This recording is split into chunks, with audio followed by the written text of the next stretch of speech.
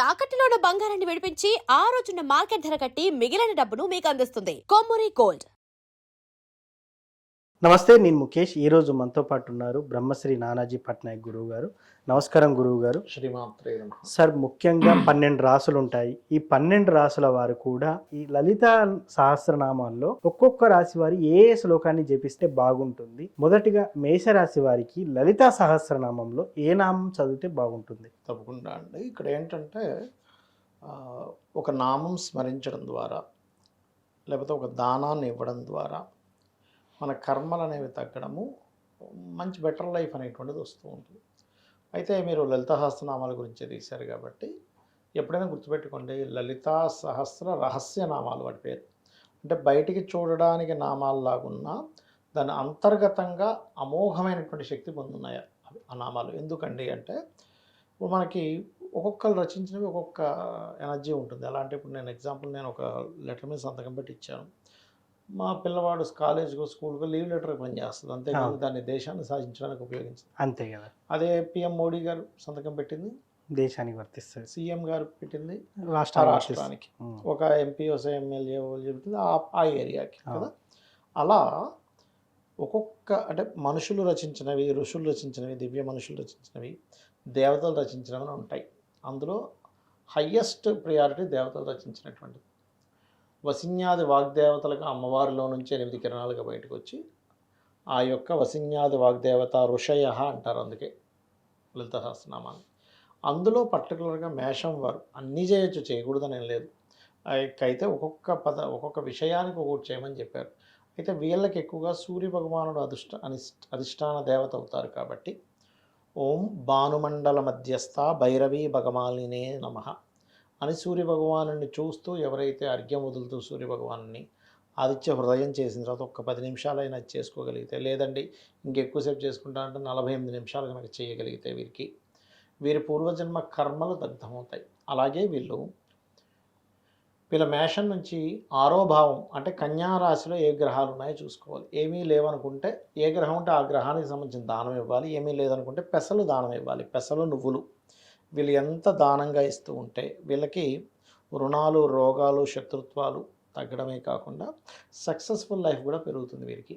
దీంతోపాటు ఈ భానుమండల మధ్యస్థ భైరవీ భగమాలినే నమః. ఎందుకంటే ఆఖరికి ఆమె మహావిష్ణువు శ్రీరామ అవతారాన్ని ఎత్తి రావణాసుని సంహరించే క్రమంలో అలసిపోతాడు.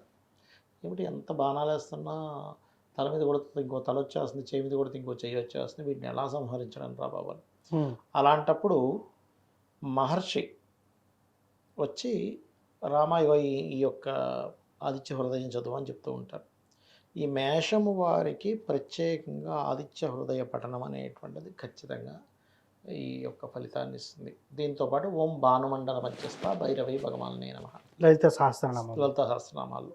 అదేవిధంగా ముందు ఓము లాస్ట్లో నమః కలుపుకోవాలి ఈ నామానికి. దీంతోపాటు మనకి పాయసాన్నాన్ని నైవేద్యంగా పెట్టాలి. సూర్య భగవానుడికి పెట్టొచ్చు, అమ్మవారి దగ్గర కూడా పెట్టొచ్చు. కుంకుమతో గనక అమ్మవారిని ఈ నామాన్ని స్మరిస్తూ కుంకుమతో గనక పూజ చేసినట్లయితే మరింత మంచి ఫలితాలు వస్తాయి. ఎస్, ముఖ్యంగా రోజు చదవాలా, రోజు చదివి రోజు నైవేద్యం పెట్టాలా, ఏమంటారు మీరు? ఒకటండి, ఇక్కడ సింపుల్ ఎగ్జాంపుల్ చెప్తా చూడండి. రోజు చదవాలా, రోజు చదవకూడదా, రోజు చదివితే ఏంటి, చదవకపోతే ఏంటి అనే కంటే కూడా చిన్న ఎగ్జాంపుల్ అండి. మీరు రోజు ఎక్సర్సైజ్ చేస్తున్నారు, లేకపోతే యోగా చేస్తున్నారు, ఎవరికి బెనిఫిట్? మనకే బెనిఫిట్, చేసుకున్న వారికి బెనిఫిట్. మనకి అంటే మీరు చేయడం వల్ల మీ పక్కింటోడుకో లేకపోతే మీరు చేస్తున్న జిమ్కో ఏ బెనిఫిట్ ఉండదు కదా. మీరు వెళ్తున్న దీనికో ఆయనకి ఏదో ఆ జిమ్కి ఆ ట్రైనింగ్ ఇస్తున్న పర్సన్కి ఏదో ట్రైనింగ్కి వెళ్తుందేమో, కానీ చేస్తున్న వ్యక్తికి ఎక్కువ బెనిఫిట్ కదా, మెయిన్గా ఆరోగ్యంగా ఉంటాడు కదా. అలాగే మనం పూజాది కార్యక్రమాలు కూడా మనకి శాస్త్రంలో ఏముందంటే, ఇప్పుడు చాలామంది చూడండి, ఒకనొక రోజు ఏదో కష్టం వచ్చినప్పుడు దేవుని తలుచుకుంటారు. ఒక్కొక్కసారి వాళ్ళకి పూర్వజన్మ కర్మ బాగుంటే ఆ పని అయిపోతుంది తలుచుకున్నందుకు. లేకపోతే ఏంటోనండి దేవుడికి మొక్కుకున్నా అవ్వలేదంటారు, పని అనుకున్నా కాలేదంటారు. కారణం ఏంటంటే అమ్మవారే చెప్పింది, రోజు నిత్యము నన్ను స్మరించే వాడికి నీ కష్టకాలంలో నువ్వు స్మరించినప్పుడు వెంటనే వచ్చి నేను ఆదుకుంటా. ఇప్పుడు చిన్న ఎగ్జాంపుల్, మీ ఇంటి పక్కనే ఎమ్మెల్యే గారు ఉన్నారు, రోజు ఫ్రెండ్షిప్ చేసుకుని రోజు మాట్లాడుకుంటున్నారు. అవును, ఏదో కష్టం వచ్చింది మీకు, మీరు ధర్మబద్ధంగా ఉన్న ఏదో అయింది, ఆయన చెప్తే ఆయన ఏదైనా మీకు హెల్ప్ చేయగలుగుతారు. అసలు మీరు జీవితంలో ఎప్పుడు పలకరించలేదు, పక్కపై సడన్గా పోయి నాకు ఇది వచ్చింది అంటే ఛాన్సెస్ అక్కడ కూడా చేయొచ్చు, కానీ మీకు పరిచయం ఉన్నప్పుడు చేసే ఇది వేరే ఉంటుంది, అవునా కదా? అలా అనమాట. కాబట్టి ఈ లలితా సహస్రనామాల విషయంలో కొన్ని ఉన్నాయి. ఏంటంటే నిత్యము చేసేవాళ్ళు కొన్ని అడుగుతూ ఉంటారు, ఏమంటే నేను నాన్ వెజిటేరియన్ తినొచ్చా తినకూడదా ఇట్లాంటివన్నీ కూడా. మీరు ఒక జంతువుని హింసించడం ఎందుకు అనే భావనతో తినకుండా ఉంటే వేరే, కానీ ఎక్కడైనా సరే ఏ దేవత సంబంధమైనా కానీ మీరు వెజిటేరియన్ నాన్ వెజిటేరియన్ అనేది చూడండి ఎప్పుడు భగవంతుడు. మీరు సాటి మనిషి పట్ల ఎలా ఉంటున్నారు, వాడిని మోసం చేయడము, వాడికి ఏదో మాయమాటలు చెప్పడము, లేకపోతే వాడి ముందుని బాగా మాట్లాడి పక్కకు పోయి వాడి గురించి చెడుగా మాట్లాడడం చేస్తే అది మాత్రం దేవుడు మెచ్చడు. ఇది ప్రధానంగా గుర్తుపెట్టుకోవాలి. అదేవిధంగా కొంతమంది విగ్రహం పెట్టుకోవాలా లేకపోతే పటం పెట్టుకోవాలని అడుగుతూ ఉంటారు. పటమైనా పెట్టుకోవచ్చు, విగ్రహమైనా పెట్టుకోవచ్చు. విగ్రహం కనుక పెట్టుకునేటట్టయితే అంగుష్టమాన్యం అంటే ఒక బొటన వేలంత మాత్రమే ఉండాలి. బొటన వేలు కంటే పెద్దది విగ్రహం కనుక ఇంట్లో ఉన్నట్లయితే నిత్య నైవేద్యము చేయాలి అంటూ ఉంటారు. అంటే మీరు వండినటువంటి అన్నాన్ని నైవేద్యంగా పెట్టి అమ్మవారు చూపించి నివేదన చేసి తీసుకోవడము, లేదా కొబ్బరికాయ కనీసం కొట్టాలి ఇంట్లో, లేదంటే ఏదైనా ఫలమైనా సరే పెడితే చాలా మంచిది అని చెప్పి శాస్త్రవచనం. ఇది ప్రధానంగా గుర్తుపెట్టుకోవాలి. సార్ ఏది ఏమైనప్పటికీ కూడా ఖచ్చితంగా అందరికీ వ్యక్తిగత జాతకం ఇంపార్టెంట్. వ్యక్తిగత జాతకం ఆధారంగానే ఈ రాశి ఫలాలు కానివ్వండి. జాతకం లేని వారు కూడా ఏం చేసుకోవాలంటారు? చాలామందికి జాతకాలు ఉండవు, కొంతమంది పూర్వం కొంతమంది రాస్తారు, కొంతమంది రాయరు. సో అలాంటి వారు మరి వాళ్ళ ఐడెంటిటీని కలుపుకోవడం ఎలా, అంటే వాళ్ళ వ్యక్తిగత జాతకం కనుక్కోవడం ఎలా అంటారు? అంటే ఒకటండి, వ్యక్తిగత జాతకం అనేటువంటిది వాళ్ళు పుట్టినటువంటి డేటు టైము ప్లేస్ని బట్టి తెలుసుకోవాలి ఒకటి. రెండవది ఏంటి అంటే ఈ అసలు జాతకమే లేదు కానీ లలితా సహస్రనామాల్లో ఏం చేసుకోవాలంటే ఒక్కొక్క దానికి ఒక్కొక్క నామం ఉంది ప్రత్యేకంగా. ఇప్పుడు చూడండి, ఎవరికైనా సరే కెరియర్లో సెట్ అవ్వాలి బాగా, అలాంటి వాళ్ళు ఓం మాణిక్యం ఒకటాకార జానోద్వయ విరాజితాయ నమః చేసుకోవచ్చు. లేదంటే బిజినెస్లో ఇంప్రూవ్మెంట్స్ అవ్వాలి, ఓం ఇంద్రగోప పరిక్షిప్త స్మరత్వనాభజంగికాయ నమః. ఈ ఇంద్రగోప పరిక్షిప్త నామం ఏదైతే ఉందో వాళ్ళ లైఫ్లో అంటే వాళ్ళ జాతకంలో 11th హౌస్ పాడైంది అనుకోండి, ఇది చేసుకోవడం ద్వారా హ్యాపీనెస్ అనేది పెరుగుతుంది, సక్సెస్ రేట్ అనేటువంటిది పెరుగుతుంది. అది అదేవిధంగా మరొక విషయం ఏంటంటే ఒక్కొక్కసారి కొంతమందికి అనారోగ్యంతో బాధపడుతుంటారు చిన్నప్పటి నుంచి కూడా. అలాంటి వారు ఓం సర్వవ్యాధి పరశమని సర్వమృత్యు నివారిణి అగ్రగణ్య చింత్య రూప కలికల్మషనాశిని నమః చేసుకోవచ్చు. ఇలాగా ఎవరెవరు దేనికి సంబంధించి చేయాలో దానికి సంబంధించి చేసుకునేటువంటిది ఉంటుంది. అదేవిధంగా మరి కొంతమందికి ఫైనాన్షియల్ ఇబ్బందులు ఉంటాయి. అలాంటప్పుడు ఓం ధర్మాధ్యక్ష ధనాధ్యక్ష ధనధాన్య వివర్ధిని నమః. అంటే ఇక్కడ ఏంటంటే వ్యక్తిగత జాతకంలో కనుక 2వ భావం పాడైంది అంటే ఫైనాన్షియల్ హౌస్ పాడైంది, అప్పుడు ఈ ధర్మాధ్యక్ష కానీ లేకపోతే ఓం సంపత్కరి సమారూఢ సింధుర ప్రజ సేవితాయ నమః కానీ చేయొచ్చు.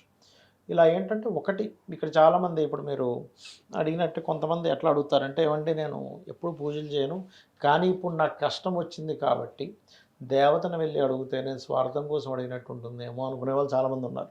ఎస్, అవును. నేనేమంటానంటే ఒక తల్లికి బిడ్డలు ఉన్నారు, 4 బిడ్డలు ఉన్నారు.